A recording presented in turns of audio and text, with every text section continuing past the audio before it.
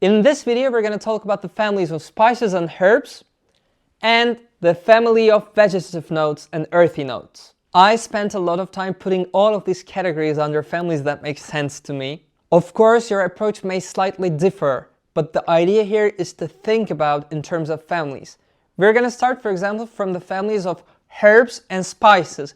You could also think that these are two different families. That's totally fine. And really, these are two different things. But I like putting them together because it aligns well with my 4-4-1 approach. The first family of this video then is the world of spices and herbs. These are two positive things that we use in the kitchen. When I think about the herbs, I don't think about the vegetables. These are herbs like basil, thyme. Let's get started with the spices though. What are the spices that we know? Again, you can try to make a categorization here. What are the sweet spices you know? Cloves, cinnamon, vanilla, mahlepi. There is mahlepi masticha in Greece that we encounter really often. You know, these are in my spectrum, these are in my collective gastronomical memory, so it's totally fine for me to talk about these spices if I identify them. In Vegetative, I cannot forget a conversation that I made with a Valpolicella producer. It was totally masticha. It's a special spice that you can encounter in Chios. It's an island in Greece.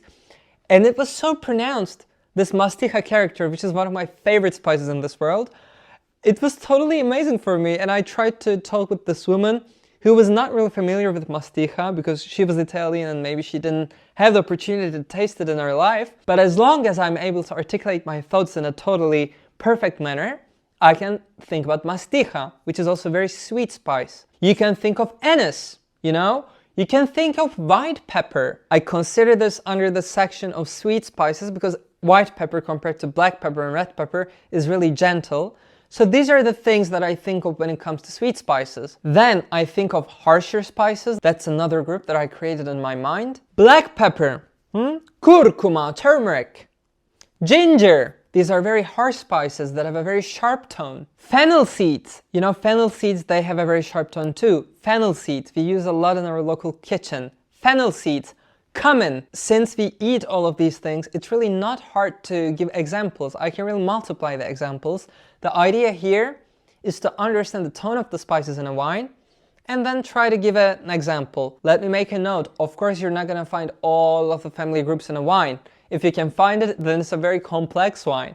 But here we have to know all of the family groups, then to choose from these groups which ones are applicable to our wine. And then comes the group of herbs. You could either consider this herb group as a separate family, or you could evaluate it in the section of spices and herbs. For me, since these are the two things that we use in the kitchen, they go well together. And what are the herbs? Again, the herbs are not greenish things. These are not really vegetables. Of course, they are green, but these are much more aromatic than a normal green pepper. So when you think of herbs, you should think of basil. You could think of rosemary.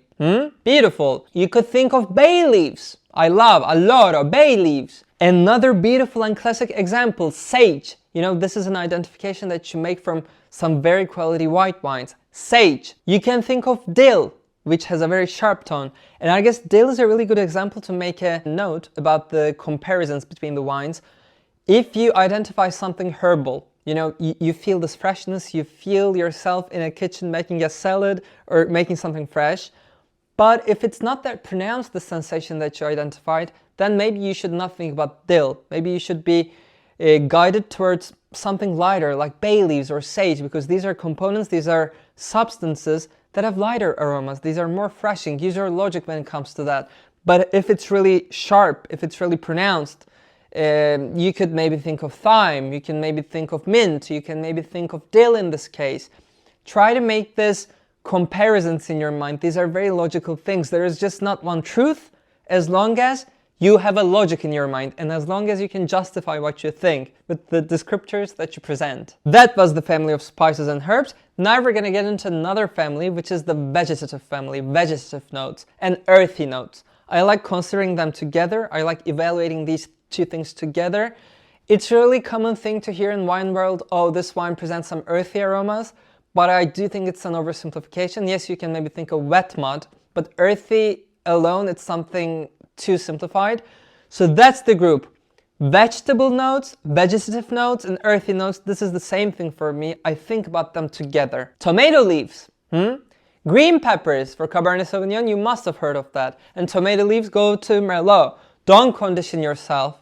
Definitely, that's a really bad thing. But of course, some grapes, we're going to talk about that, especially for the aromatic grapes. Gewürztraminer and Moscato, Malvasia, some of them always present some notes in a very stable manner. So in this case, maybe you could use your memorization skills, but I really do not suggest them. You are probably Mediterranean. If not, you're drinking wine, so you're semi-Mediterranean. So use your imagination, liberty, and creativity. One of my favorite, freshly cut grass. This is one of my favorite descriptors, and it's really can be used for wines that are fresh, white wines that have just been produced. Maybe they present some green-yellow aromas. You know that we had made that lesson on colors. It can have these sensations of erba appena tagliata, so the grass that has just been cut. Sottobosco, the forest with humidity. You know, use your English in the right way to give a more elegant description, but you can think of forest floor. Champignon, you can think of mushrooms. Tartufo, the special mushrooms. You can even think of September leaves that are falling from the trees. You know, it's a beautiful descriptor that I sometimes use. They have a particular also smell to them. You can definitely think about the moss that we encounter in the season on the rocks. Moss. This is a good descriptor also for the wines that have this marine character. I guess that goes well. You can be very creative. You can think about the teas. Black tea, green tea, you know, any tea that you know, these are vegetables in the end. And I like to put them in the vegetative notes because teas are also not like spices or herbs. These are a little bit harsher like vegetables. You can think about olives, definitely. If you can also give some details about the olives, what types of olives, depending on your country, Turkey, Italy, Greece, you'll give the example of another olive. But you can think of green olives, black olives. These are totally valid descriptors. Asparagus. Then you can think about some other vegetables that you want to put in this group. But overall, you understood it's about this earthy, vegetative world. And here really you have a lot of options.